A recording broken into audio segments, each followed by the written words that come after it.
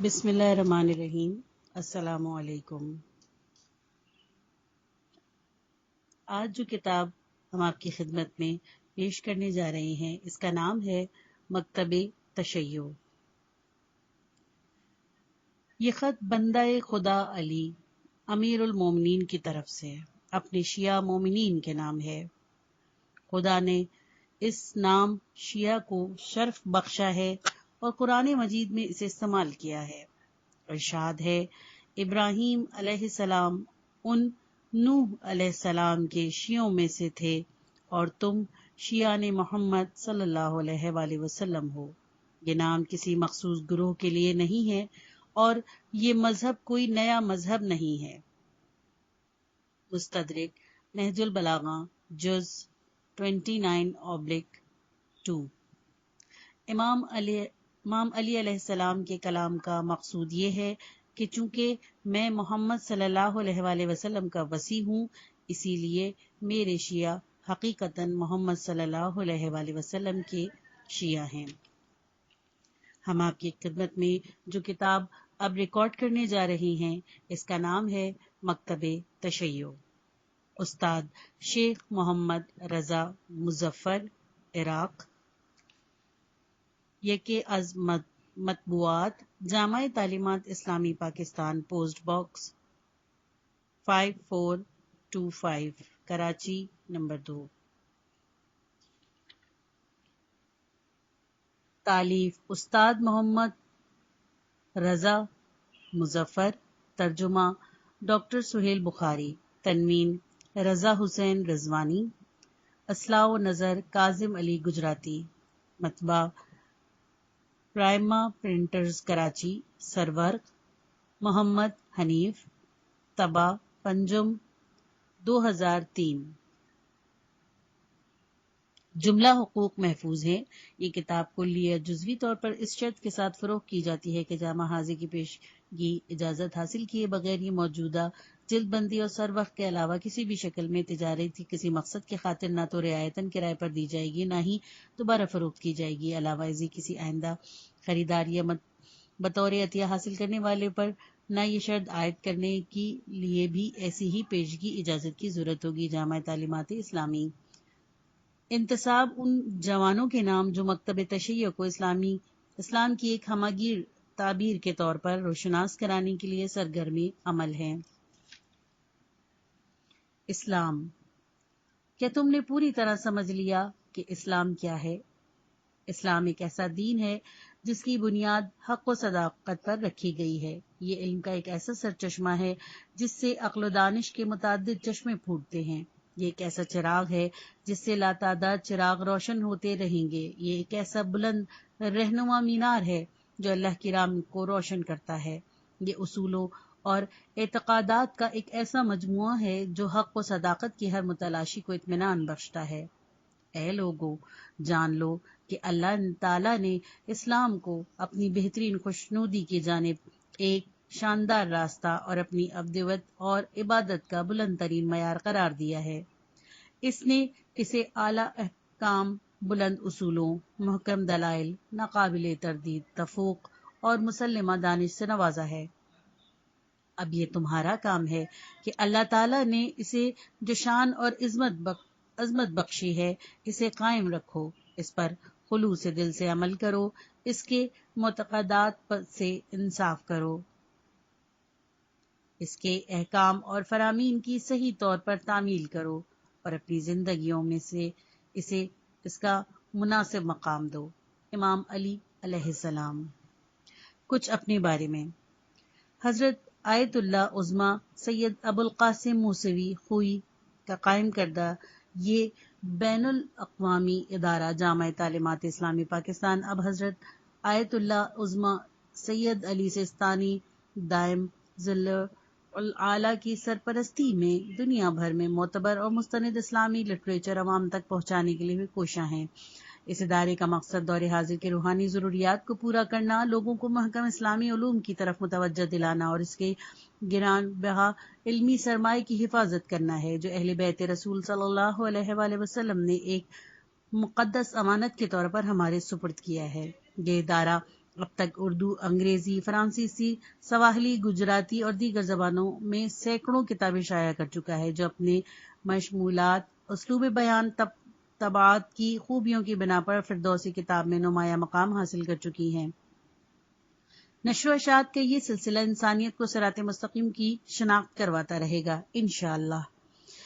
اس کے علاوہ جامع حاضر تقریباً 500 مدارس و مکاتب میں زیر تعلیم بچوں اور جوانوں کو اسلامی تعلیم کے زیور سے آراستہ کرنے میں اپنا کردار ادا کر رہا ہے۔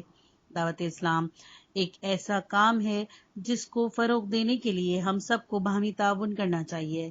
ادارہ آپ سب کو اس کار خیر میں شرکت کی دعوت دیتا ہے تاکہ اسلامی تعلیمات کو دنیا بھر میں عام کیا جا سکے۔ دعا ہے کہ خداوند منان برحق محمد و آل محمد صلی اللہ علیہ وآلہ وسلم ہم سب پر اپنی رحمتیں اور برکتیں نازل فرمائے۔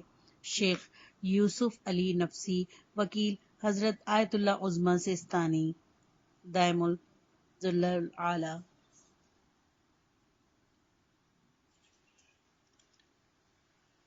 قارئین گرامی، یہ کتاب ادارہ جامع تعلیمات اسلام کی مطبوعات میں سے ہے۔ ادارہ حاضر کی مطبوعات کے اشاعت کا مقصد دور حاضر اور کی روحانی ضروریات کو پورا کرنا اور بالخصوص اسلامی طرز فکر کو اجاگر کرنا ہے۔ اس ادارے نے اس بات کی پوری کوشش کی ہے کہ فقط وہی مواد پیش کیا جائے جو مستند ہو۔ اس کتاب کی تیاری میں بھی یہی احتیاط برتی گئی ہے اور ایسی معلومات میں شامل کی گئی ہیں جو بہت گراں قدر ہیں۔ آپ سے گزارش ہے کہ آپ اس کتاب کا مطالعہ اسی نقطۂ نگاہ سے کریں جس کے تحت ہی لکھی گئی ہے۔ آپ سے یہ بھی استدعا ہے کہ ہماری مطبوعات پر اپنی بے لاگ آراء تحریر فرما کر بھیجیں، جو بڑی خوشی سے اور شکریہ کے ساتھ قبول کی جائیں گی۔ دعوت اسلام کو فروغ دینا ایک ایسا کام ہے جس کے انجام دہی کے لیے ہم سب کو تعاون کرنا چاہیے۔ ادارہ آپ کو اس کار خیر میں شرکت کی دعوت دیتا ہے تاکہ اس ارشاد ربانی کی تعمیل ہو سکے۔ اے رسول صلی اللہ علیہ وآلہ وسلم، کہہ دیجئے میں تمہیں بس ایک ہی نصیحت کرتا ہوں، اور وہ یہ کہ اللہ کی خاطر اجتماعی یا انفرادی طور پر قیام کرو اور پھر غور کرو۔ سورہ سبا آیت نمبر 46۔ دعا ہے کہ اللہ تعالیٰ کی رحمتیں آپ پر نازل ہوں۔ تعاون کا طلبگار، سیکریٹری نشر و اشاعت۔ فہرست عرض ناشر صفحہ نمبر 11، گفتار مؤلف صفحہ نمبر 17۔ پہلا باب، ابتدائی باتیں۔ عقیدے کے اصولوں پر غور، صفحہ نمبر 23۔ فروعی اور عملی مسائل میں پیروی، صفحہ نمبر 26۔ اجتہاد، صفحہ نمبر 28۔ اجتہاد کے ماخذ، صفحہ نمبر 29۔ مجتہد، مرجع، تقلید، صفحہ نمبر 30۔ دوسرا باب، خدا کی پہچان۔ خدا کے بارے میں 35۔ توحید 37۔ خدا کی صفات 39۔ عدل الہی 43۔ انسان اور فرائض 46۔ قضا اور قدر 47۔ امر بین الامرین 50۔ حقیقت بدار 53۔ دین کے قوانین 57۔ تیسرا باب، پیغمبر کی پہچان۔ پیغمبروں کے بھیجنے کے بارے میں، صفحہ نمبر 61۔ پیغمبروں کا بھیجنا لطف خداوندی ہے، صفحہ نمبر 62۔ پیغمبروں کے معجزے 67۔ عصمت انبیاء 71۔ پیغمبروں کی صفات 73۔ انبیاء اور آسمانی کتابیں 73۔ اسلام کا قانون 75۔ پیغمبر اسلام صلی اللہ علیہ وآلہ وسلم، صفحہ نمبر 82۔ قرآن مجید 83۔ اسلام اور دوسرے مذہبوں کی سچائی 85۔ ان اختلافات میں مسلمانوں کا کام، صفحہ نمبر 90۔ چوتھا باب، امام کی پہچان، امامت کا مسئلہ، صفحہ نمبر 95۔ اماموں کا معصوم ہونا 98۔ امام کا علم اور صفات، صفحہ نمبر 99۔ اماموں کے حکم کی تعمیل، صفحہ نمبر 102۔ اہل بیت علیہ السلام کی محبت 109۔ اماموں کے متعلق ہمارا نظریہ 112۔ خدا کی طرف سے امام کا تقرر 114۔ امام 12 ہیں 118۔ امام مہدی عجل اللہ تعالی فرجہ 120۔ رجت کا مسئلہ 126 اہل تسنن اور رجد 127 پہلی دقت کا حل 130 دوسری دقت کا حل 133 تقیہ کا مسئلہ 135 پانچواں باب اہل بیت کا اخلاق تحمید 143 دعا اور مناجات 145 صحیفہ سجادیہ کی دعائیں 159 خدا کی پہچان 162 خدا کی عبادت میں عاجزی 165 خدا کی طرف سے سزا اور جزا 168 دعاؤں کی چھاؤں میں گناہ سے پرہیز 177 طاقتور روح کی پرورش 173 لوگوں کے حقوق کی ادائیگی 175 قبروں کی زیارت 178 زیارت کے آداب 182 ائمہ علیہ السلام کی نظر میں سچا شیعہ 189 امام باقر علیہ السلام کی جابر جعفی سے گفتگو 191 سید بن حسن سے امام باقر علیہ السلام کی گفتگو 193 ابو الصبا سے امام صادق علیہ السلام کی گفتگو 194 تشیع کے نقطہ نظر سے ظلم اور زیادتی 196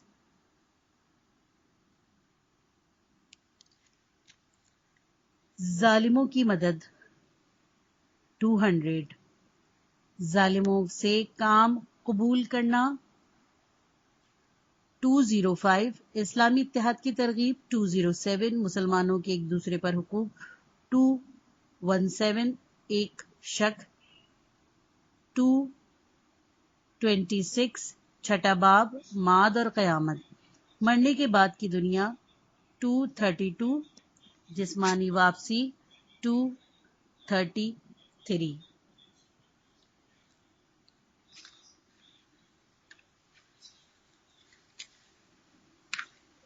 یہ کتاب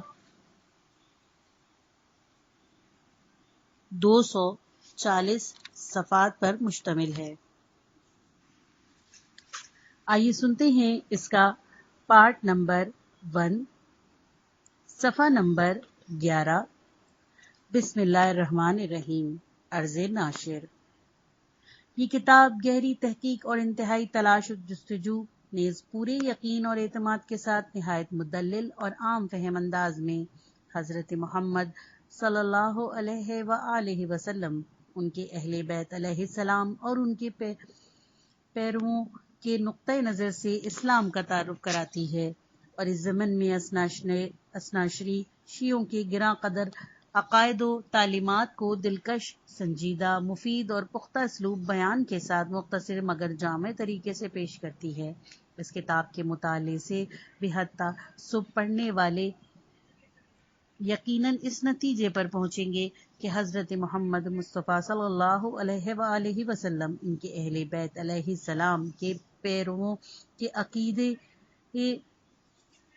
قرآن و سنت کے صحیح اصولوں سے مطابقت رکھتے ہیں اور جو کچھ اس مذاہب اہل بیت علیہ السلام میں ملتا ہے وہ دلیل سے ثابت، عقل کو قبول اور خرافات سے دور ہے۔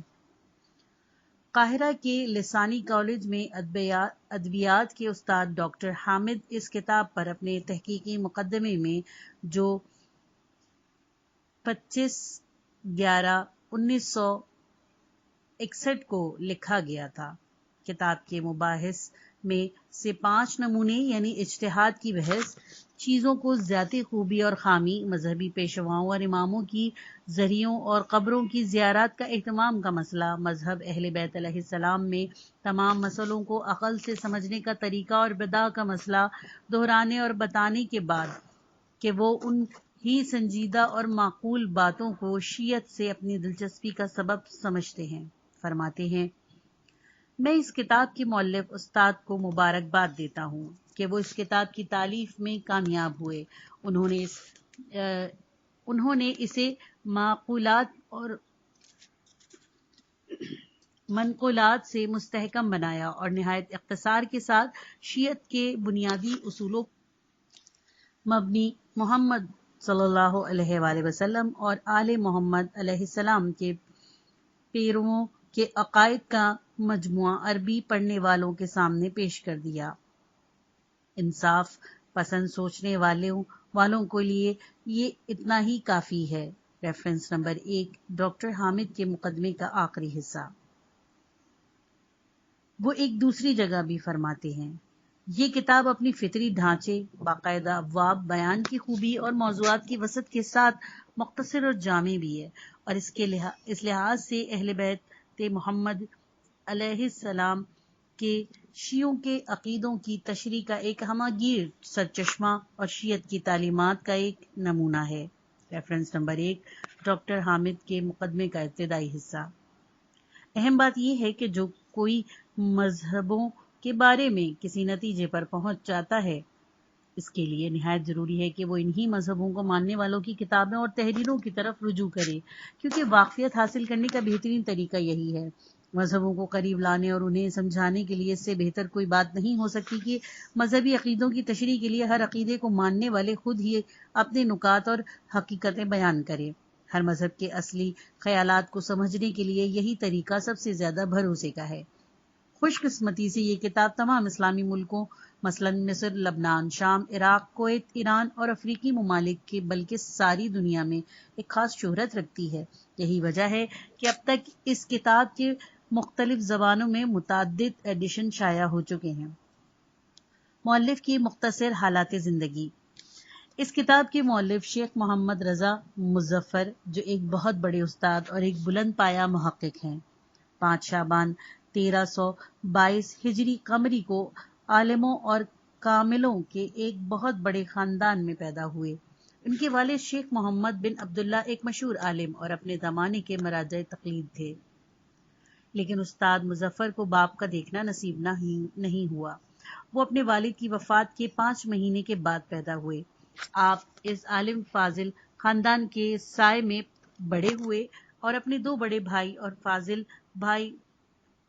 بھائیوں شیخ عبدالنبی مظفر اور محمد حسن مظفر کی سرپرستی میں تعلیم پاتے رہے۔ زیادہ دن نہیں گزرے تھے کہ اپنے استادوں کی صحبت میں رہ کر علم کے بلند درجوں پر فائز ہوئے اور فقہ، اصول اور فلسفے کے شعبے میں فارغ التحصیل ہوئے۔ ان علوم کے علاوہ استاذ موصوف اپنے زمانے کے دوسرے علوم سے بھی واقف تھے اور اسلامی علوم کو نئے طریقے سے بیان کرنا بھی جانتے تھے۔ وہ علمی رسالوں مثلاً المتقطف وغیرہ میں دور حاضر زبان اور طریقہ استدلال کے مطابق شیعت کے تقدس کی حمایت میں مکالمے اور نشریے لکھتے تھے۔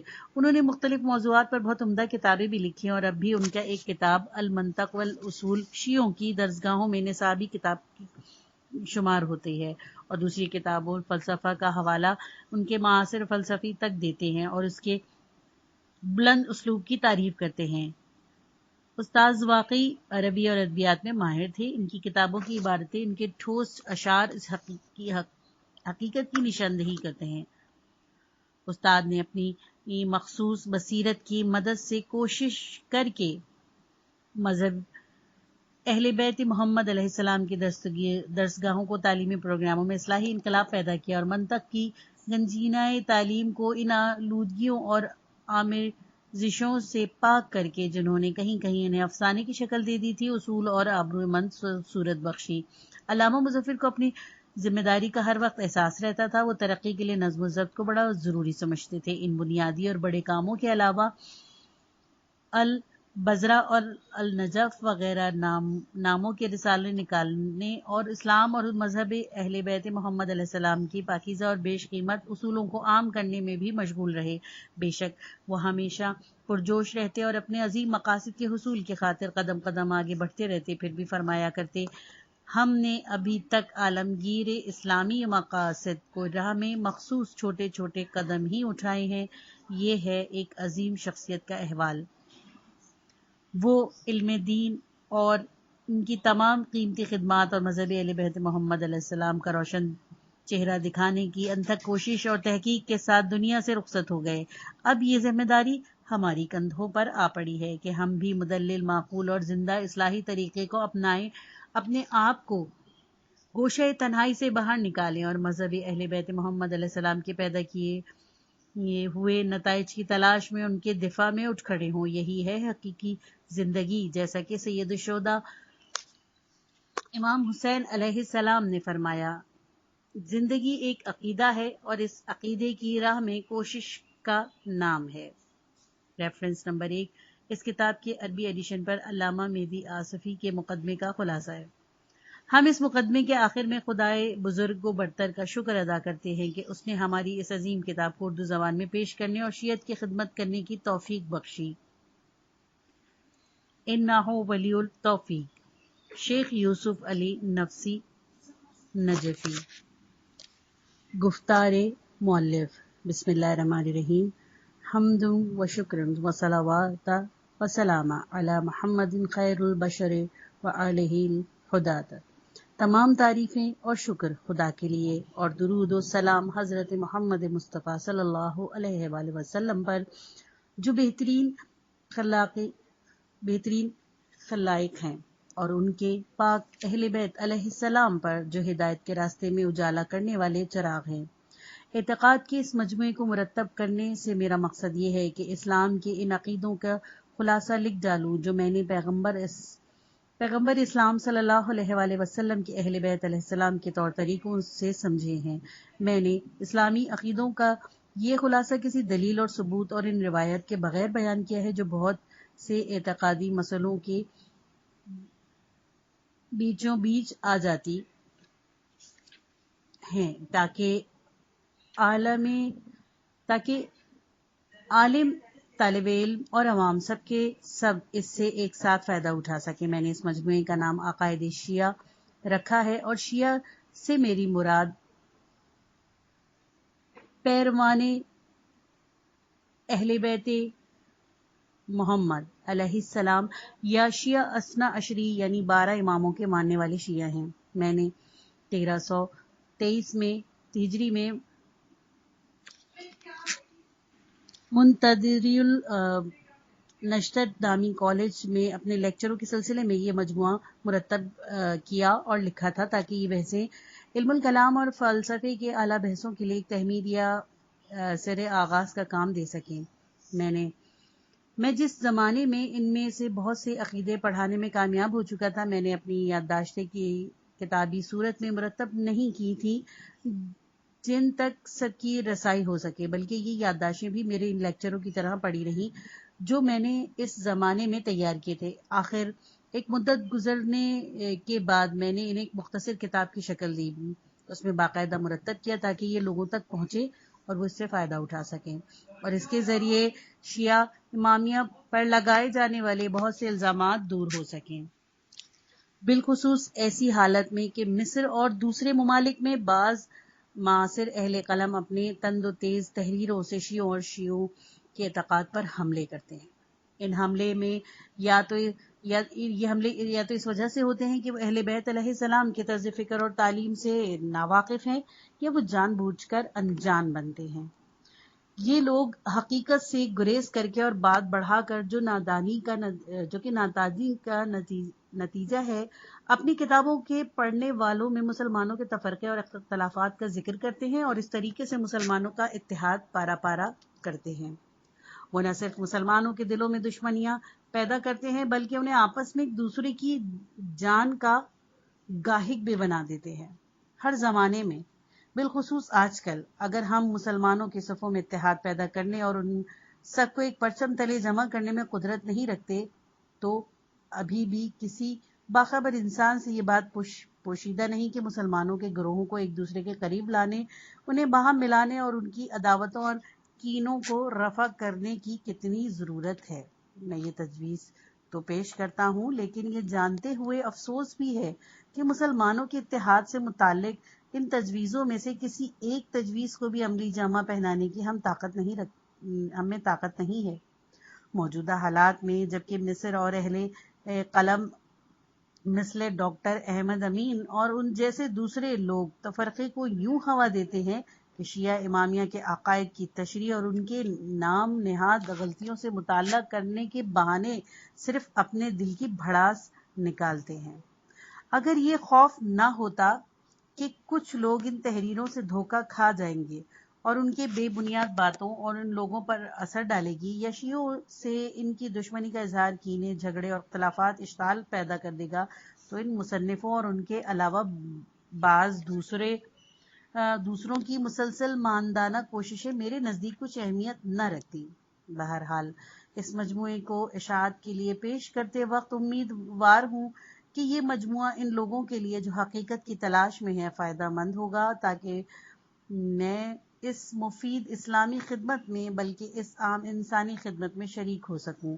اس کتاب کو میں نے چند ابواب میں تقسیم کر دیا ہے اور صرف خداوند عالم سے امداد کا طالب ہوں۔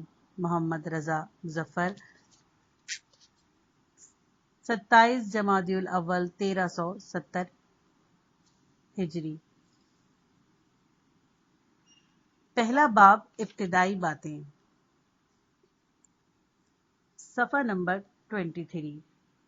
عقیدے کے اصولوں پر غور کرنا واجب ہے۔ ہمارا عقیدہ ہے کہ خدا نے ہمیں سوچنے کی قوت اور عقل کی طاقت دے کر ہم پر لازم کر دیا ہے کہ ہم اس کی مخلوق کے متعلق سوچیں، بڑے غور سے اس کی خلقت کی نشانیاں دیکھیں اور دنیا کی پیدائش اور اپنے جسم کی بناوٹ میں اس کی حکمت اور تدبیر کی پختگی کا گہرا مطالعہ کریں، جیسا کہ خداوند عالم قرآن مجید میں ارشاد فرماتا ہے۔ ترجمہ: ہم بہت جلد دنیا کی اور ان انسان کی پیدائش میں اپنی عظمت کی نشانیاں دکھائیں گے تاکہ ان پر یہ ظاہر ہو جائے کہ خدا ہی حق ہے۔ سورہ حامیم سجدہ، آیت نمبر 53 کا جز۔ ایک اور مقام پر خدا ان لوگوں کو جو اپنے بزرگوں اور پرکھوں کی پیروی کرتے ہیں ملامت کرتے ہوئے فرمایا۔ ترجمہ: انہوں نے کہا، ہم اس طریقے پر چلتے ہیں جس پر ہم نے اپنے بزرگوں کو دیکھا ہے، تو کیا ان کے بزرگ کچھ بھی نہ سمجھتے ہوں، پھر بھی وہ پیروی کے لائق ہے۔ سورہ بقرہ، آیت نمبر 170 کا جز۔ اسی طرح خدا ایک دوسرے مقام پر ان لوگوں کی مذمت کرتا ہے جو اپنے گمان اور بہم اندازوں پر چلتے ہیں۔ ترجمہ: گمراہ اور مشرک لوگ صرف گمان پر چلتے ہیں۔ سورہ انعام، آیت نمبر 117 کا جز۔ حقیقت میں ہمارا یہ عقیدہ ہماری عقل کا حکم ہے جو ہم سے یہ چاہتی ہے کہ ہم اس پیدا ہونے والی دنیا کے متعلق سوچیں، ہم اس راستے سے خالق کو پہچانیں۔ اس طرح وہ ہمیں حکم دیتی ہے کہ ہم اس شخص کی دعوت پر غور کریں جو پیغمبری کا دعویٰ کرتا ہے اور اس کے معجزوں کا مطالعہ کریں۔ ان باتوں میں ہمارے لیے دوسروں کی پیروی مناسب نہیں، چاہے وہ کتنے ہی اونچے مرتبے کے مالک ہوں۔ قرآن میں علم و معرفت کی پیروی اور غور و فکر کے متعلق جو ترغیب دلائی گئی ہے وہ حقیقت میں سوچ بچار کی اس پختگی اور آزادی کا بیان ہے جس پر تمام عقل مند لوگ متفق ہیں۔ در حقیقت قرآن مجید حقیقتوں کو پہچاننے اور اس کے سمجھنے، اس کی قدرتی صلاحیت سے ہماری روحوں کو آگاہ کرتا ہے اور ذہنوں کو تحریک دے کر عقل کے فکری تقاضوں کی طرف رہنمائی کرتا ہے۔